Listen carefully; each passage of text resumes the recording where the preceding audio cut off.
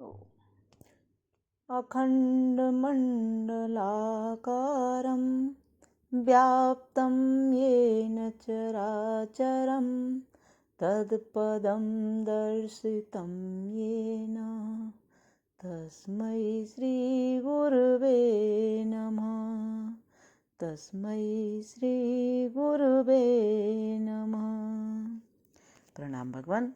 आत्मदर्शी बाबा नगीना साहब जी के द्वारा रचित अद्भुत ग्रंथ वेदान वचन और भगवान ज्ञान कांड का चतुर्थ अध्याय चल रहा है और एपिसोड है आज 32। तो भगवान अब आगे शुरू करते हैं। किंतु वे ईश्वरीय रसायन यानी यज्ञ और कर्म को आचरण में लाते हैं। उन्हें देवयान सड़क पर चलना होता है, देवलोक में जाना होता है और वे सत्य संकल्प होते हैं। यही पुण्य फल है। ऐसा जानने वाला वास्तव में ध्युलोक का राजकुमार है। इसलिए मेरे भाइयों समझो, इस क्षण भंगुर संसार के जीवन के भरोसे पर व्यर्थ बहुमूल्य जीवन को हाथ से न जाने दो। जहाँ तक हो सके शास्त्र के अनुकूल होकर पुण्य कर्म में बर्ताव करो, नहीं तो फिर सिवाय शोक के कुछ हाथ न आवेगा। निदान जब इस तरह पहले उत्क्रांति होती है तो फिर अग्निदाह के समय उसका पूर्ण रूप से उठना होता है और सड़कों पर जैसा कि कर्मकांड में प्रकट किया गया है गति होती है। इस उत्क्रांति और गति का उदाहरण जिसका हम प्रलय या कयामत अर्थ करते हैं ऐसा है जैसा कि एक जानवर को जोक जहां जाना होता है बढ़कर अपने तन को पसारता है। जोक का उदाहरण दिया। वांछित तृण पर अगले पैर जमाकर क्रम से पिछले पैर उठाता पहले तिनकों को बिल्कुल छोड़ देता है और क्रमानुसार अभीप्सित व अभिलाषित तिनके पर जम जाता है। उसी तरह जीवात्मा भी उत्क्रांति करता है। अब यूं समझो कि ख्याल, मन या प्राण जो फैलता है तो बिना आश्रय नहीं फैलता है, वरन मन प्राण के आश्रय में फैलता सिमटता है। इसलिए पहली उत्क्रांति में जब देवयान सड़क पर चलना होता है तो मन और उसके अनुसार प्राण प्रीतिका आदि नाड़ियों में फैलता और नाड़ियों से मस्तक के प्राण प्रयास मार्ग ब्रह्मरंध्र से निकलता सूर्य की किरणों के द्वारा सूर्य और देवलोक में देवताओं को सूचित करता। उसके लिए इंद्रियों वाला शरीर और भोग का उपाय करता है। फिर पंचभूतों की मात्राओं से, जिसमें पानी सबसे प्रथम होता है, और हमने कर्मकांड प्रकरण में उसका अर्थ चिकनाई और तरलता किया है। लिपटा हुआ देवयान सड़क पर चलता नियत समय में क्रमानुसार जोग की तरह देवलोक में जाता, उन्हीं भौतिक मात्राओं से ध्युलोक का शरीर बनाता और यही हाल दूसरी सड़कों का है। हे राजन, इसका उदाहरण यूं है कि जिस तरह एक स्वर्णकार सोने की मात्राओं को लेकर एक रूप से नए रूप में तैयार करता है, कभी मुद्री से बोला बाला और बाले से मुद्री, इस तरह यह जीवात्मा भी उसी भौतिक तरलता से जो रई कहलाती है एक देह को छोड़ता हुआ फिर नई देह बना लेता है। इस तरह यह देह छोड़कर पितरों की देह बना लेता है, या गंधर्वों या देवताओं या प्रजापतियों या ब्रह्मा या अन्य प्रकार की जिस योनि में जाना होता है उसकी देह बना लेता है। इस तरह पार्थिव व मृत्तिकामयी स्थूल देह को छोड़ता है, दिव्य देह को धारण करता है, अंधकार को फेंकता है, प्रकाश को पाता है। इसलिए निश्चय होता है कि यह सर्वमय है। जब यह जानता है तो ज्ञानमय होता है, जब यह सोचता है तो मनमय होता है, जब यह कुछ करता है तो प्राणमय होता है, जब यह देखता है तो चक्षुमय होता है, जब यह सुनता है तो श्रोतमय होता है। इसी तरह पृथ्वीमय, जलमय, वायुमय, आकाशमय, तेजोमय, अतेजोमय, काममय, अकाममय, क्रोधमय, अक्रोधमय, धर्ममय, अधर्ममय, वरन जो कुछ यह है वह सर्वमय होता है, क्योंकि जहां जाता है उसी के अनुसार अपनी देह बना लेता है। इससे यही सिद्ध होता है कि इसकी संक्षिप्त किंतु असली तरलता में समस्त संसार की सामग्री विद्यमान है। जहां जहां जिस जिस लोक में इस तरलता में लिपट जाता है वहां वहां उसी के अनुसार बर्ताव करता उन्हीं में से एक सा हो जाता है। इसलिए यही सबका स्वामी और यही राजकुमार है और सब कुछ इसी के भोग और भोग के साधन हैं। यद्यपि यह सर्वमान्य होने के कारण सब में सब कुछ कर सकता है, किंतु न्याय के कारण जैसा उसका आचार है वैसा ही उसका काम होता है। इसलिए श्रुतियां कहती हैं, मिथ्याकारी मिथ्यावादी होता है, साधुकारी साधु होता है, पापकारी पापी होता है। इसलिए उसका यही न्याय है कि पुण्य कर्मों से पुण्य लोक और पाप कर्मों से पाप लोक जाता है। अतः बुद्धिमानों ने उसके कर्मों और बुद्धियों यानी समझ को ही उसके भोग के साधनों में प्रथम रखा है, किंतु वे जो बुद्धिमानी में बुद्धिमतर हैं यूं कहते हैं कि उत्क्रांत में लोभ प्रथम है। उत्क्रांत में लोभ प्रथम है। जैसा लोभ होता है वैसा ही निश्चय करता है, वैसा ही फिर कर्म करता है।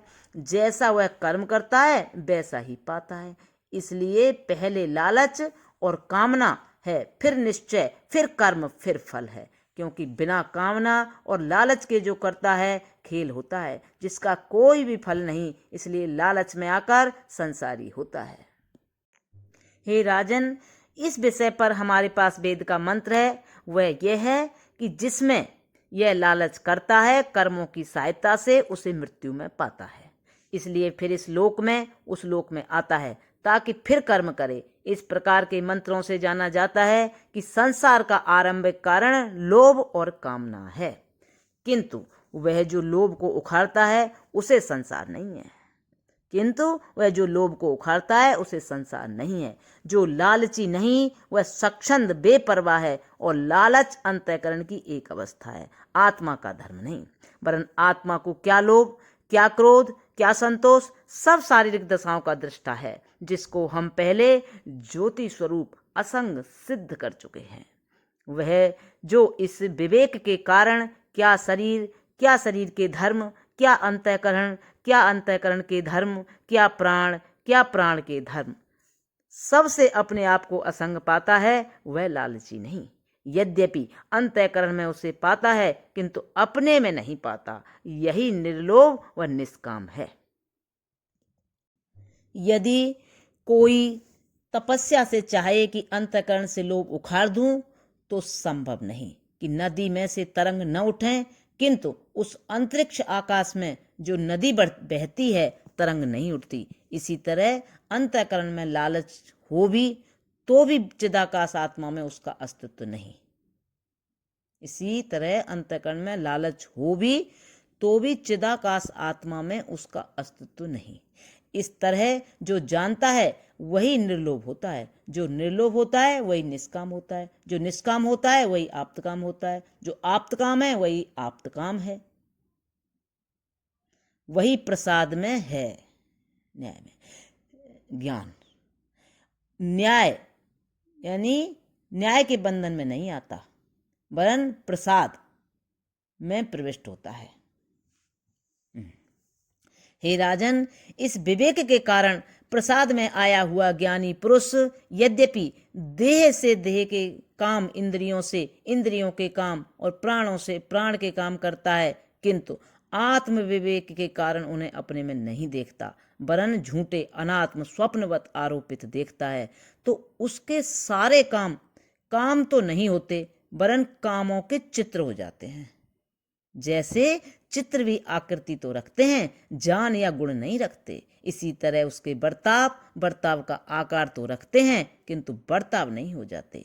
इसी कारण वह करता हुआ अकर्ता है, वह खाता हुआ नहीं खाता है, वह चलता हुआ नहीं चलता है। हे राजन, ऐसा परमहंस सन्यासी एक भिखारी सा मालूम तो होता है, किंतु वास्तव में वह सबका सम्राट है। कौड़ी नहीं रखता, किंतु सब माल उसी का है। कंगाल सा मालूम होता है, वास्तव में संपन्न पूर्ण है, क्योंकि उसे कुछ प्रलोभन नहीं जो सब दुखों का मूल है। हे राजन, जब तक इसका जीवन है ऐसा दिखाई देता है, किंतु जब इसके यहाँ के भोग समाप्त होते हैं तो इसके ज्ञानेंद्रियां और कर्मेंद्रियां भी मन में उसी तरह जाते हैं जैसे संसारी के जाते हैं। और मन प्राणों में एक होता है, किंतु इसके प्राण उस संसारी के समान उठते नहीं हैं, वरन ब्रह्म में लीन होते हैं, ब्रह्म हो जाते हैं। यही प्रसाद है और यही मुक्ति है। वरन ब्रह्म में लीन होते हैं, ब्रह्म हो जाते हैं, यही प्रसाद है और यही मुक्ति है। इस विषय में हमारे पास वेद के मंत्र हैं। वे ये हैं कि जब इसके सब लोभ जो हृदय में हैं इससे अलग हो जाते हैं, तब यह मर्त्य अमृत होता है और यहाँ ही ब्रह्म पा जाता है। जैसे सांप अपनी केंचड़ी उतारता है और अपनी बामी में फेंकता है, अपनी बामी में उसके साथ रहता है, किंतु उससे संबंध नहीं रखता। इसी तरह यह ज्ञानी भी अपने बाह्य शरीर को जब विवेक से फेंकता है तो यद्यपि साथ ही पाता है परंतु कुछ संबंध नहीं रखता। वाह। इसी तरह यह ज्ञानी भी अपने वाह शरीर को जब विवेक से फेंकता है तो यद्यपि साथ ही पाता है परंतु कुछ संबंध नहीं रखता। इसीलिए हे राजन, यह ज्ञानी परमहंस शरीर में होता हुआ भी शरीर से अलग होता अमृत ब्रह्म प्राणी का भी प्राण, प्रकाशों का भी प्रकाश है। तब राजा ने कहा, मैं 1000 गायें और देता हूँ, और यह न कहा कि कुछ और अधिक कहो, वरन पूर्ण शांति पाकर चुप हुआ और धन्यवाद में यह दान दिया। प्रणाम भगवान। अद्भुत सत्संग भगवान। प्रणाम। अब भगवान यहाँ से आगे कल लेंगे। अब 5वां अध्याय प्रारंभ हुआ कल। प्रणाम भगवान।